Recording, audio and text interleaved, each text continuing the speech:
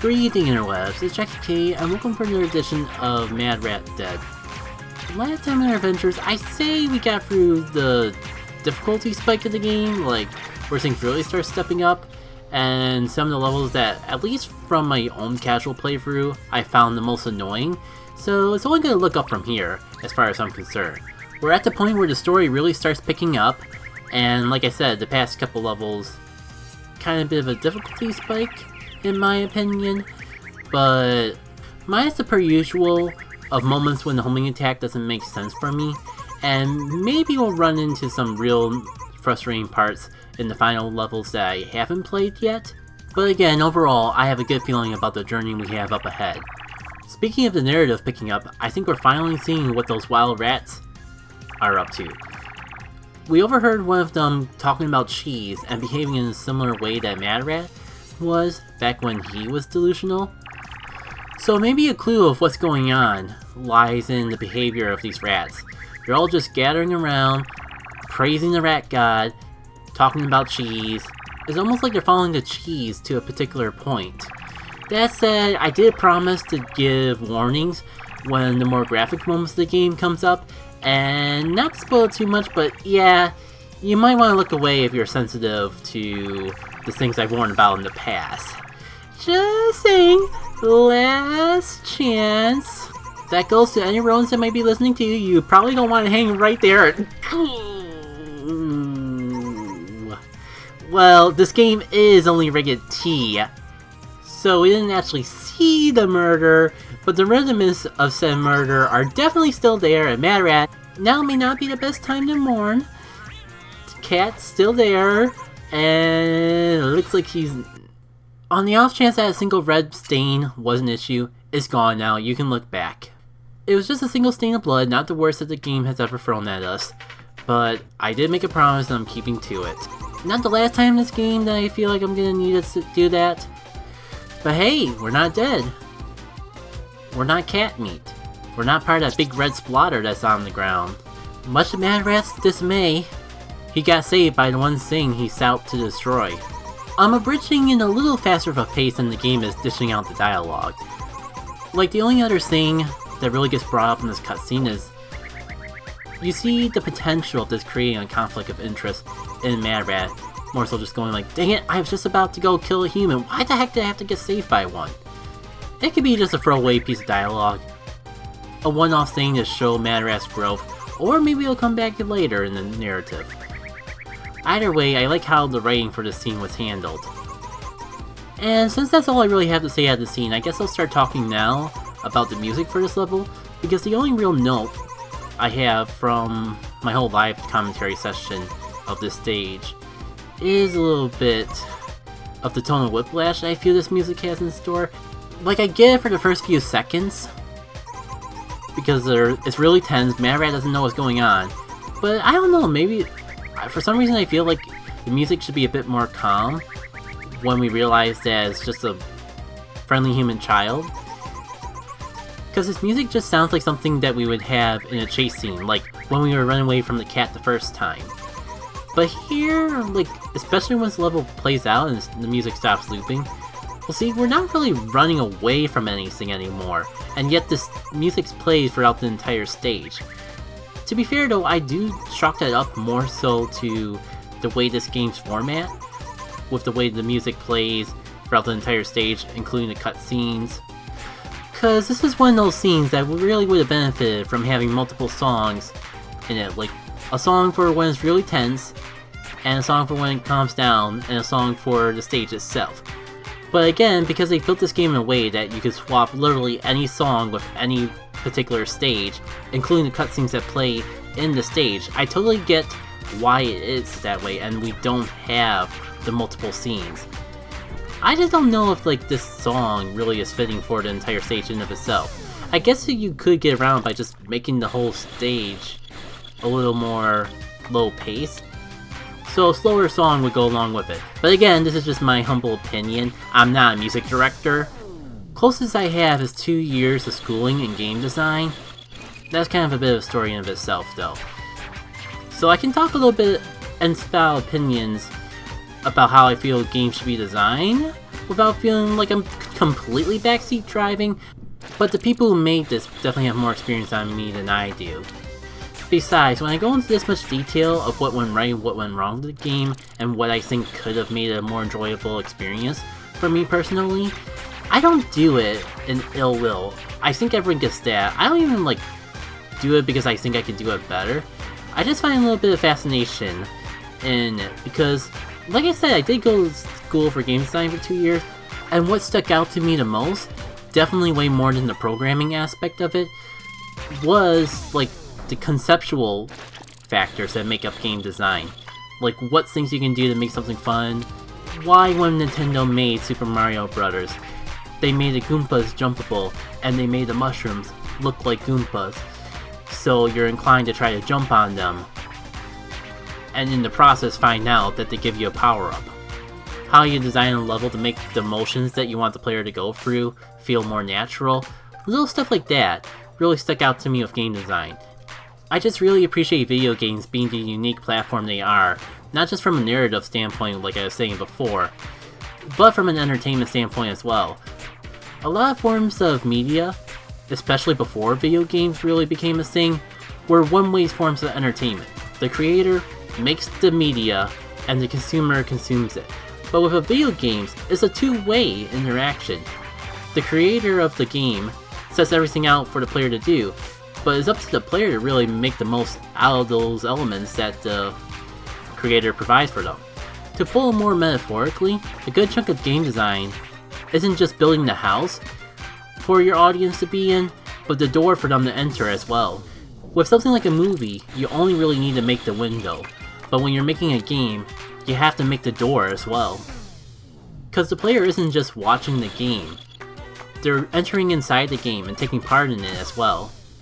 Now that makes me wonder how Let's Play would fit in this metaphorical narrative that I'm setting up. It would be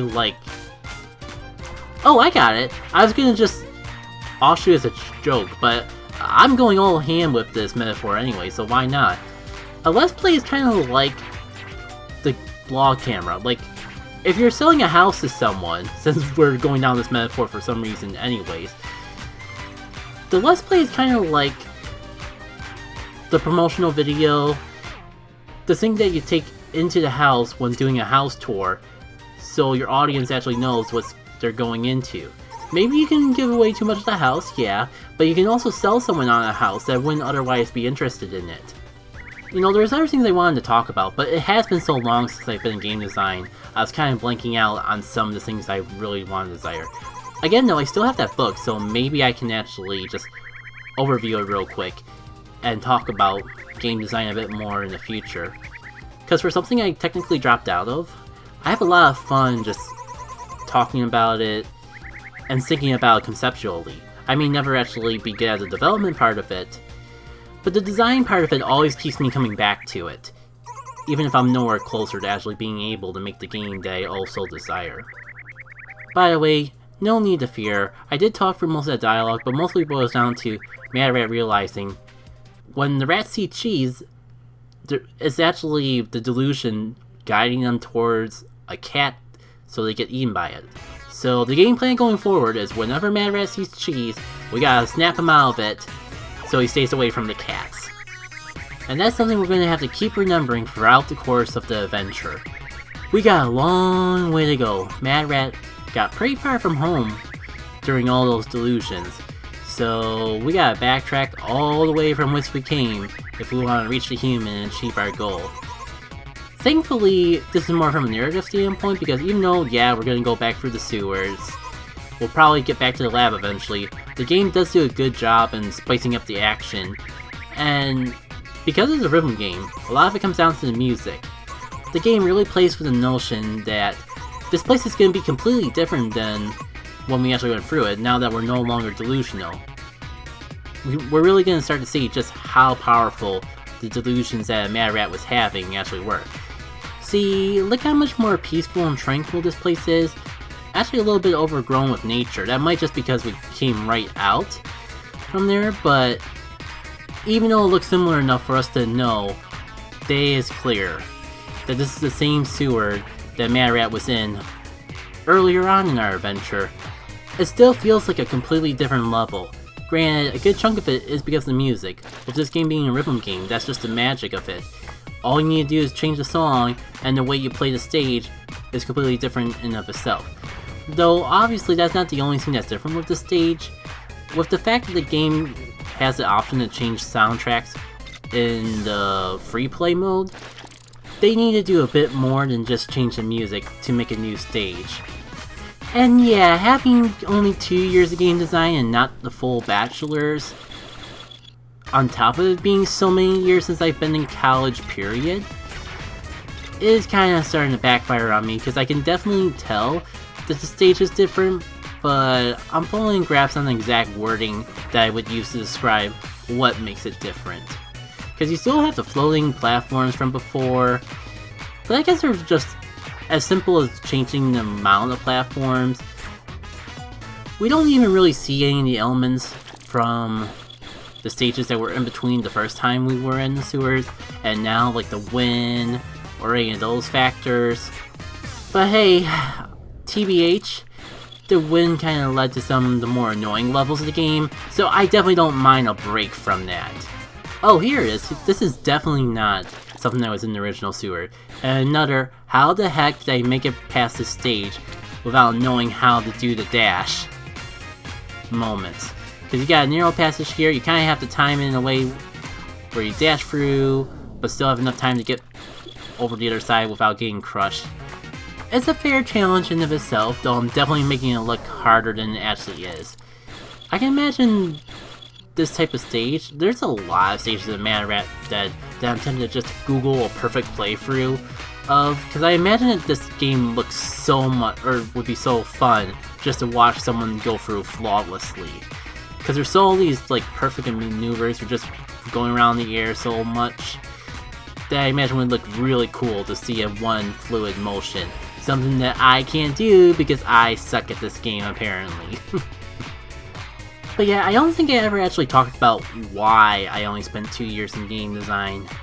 Well, unfortunately the simplest answer is the programming never stuck with me. Like, I did well enough to get grades, but I don't feel like the process was taught to me in a way that really stuck. That, or I just have a mental roadblock of programming that I just can't seem to overcome no matter how often I look into it. It has been a few years since I've looked into programming, so that's why I've been like trying to get into like simpler programming things like Game Builder Garage, and try working my way up from there to the Game Maker program, and we'd see how we could go from there. By the way, that plan's kind of backfiring because I find myself playing more Game Builder Garage games than I am actually making them. As you may be able to tell with how much that game has taken over my YouTube channel and the streams I've had of it. But I do believe there was a world that I would have stuck with game design the full time frame. But what really did the nail in the coffin to me was learning more and more about the gaming industry, and I graduated college all the way back in 2013. So that's even before the knowledge that we have in the game industry now. Not going to bring up any current events in particulars with the hopes that humanity gets better to the point where we can alleviate some of those issues, but knowing what I know about humanity, it's unfortunately probably still going to be relevant to the case. Anywho, the game industry sucks. It can suck a big rotten egg. Even all the way back in 2013, I learned so much about just how vigorous it is to be a game developer, the amount of hours you have to put in, the amount of overtime, how little you see your loved ones and family, and how it basically consumes your entire life. And the developers put up with it just because they have so much passion towards the projects they create. And to that, I have to give kudos to game developers.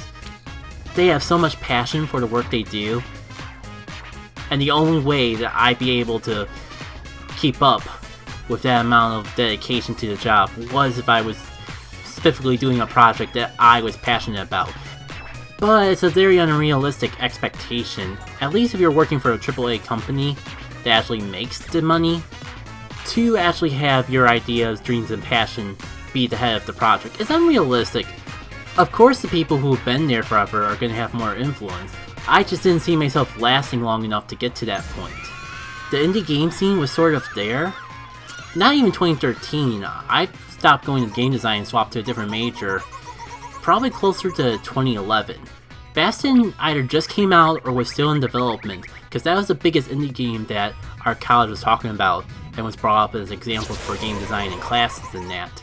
So it was still unrealistic to make a living as an indie developer. I think it was still mostly a niche PC thing. I think Microsoft was just starting to really get into the indie game scene. I know Nintendo in particular weren't really as invested into it until well after I was out of college. And I know because if I had games like Undertale and Celeste back when I was in college, I feel confident I would have actually stuck with game design. Because that would have given me hope. It would have given me, pardon the wordplay, but determination to realize that I didn't have to sacrifice the passion I had for the games I want to make to actually have a chance of having a foot in game design. The stories of Toby Fox making a game that was so beloved by the gaming community that even AAA developers want to work with him. That means so much to me.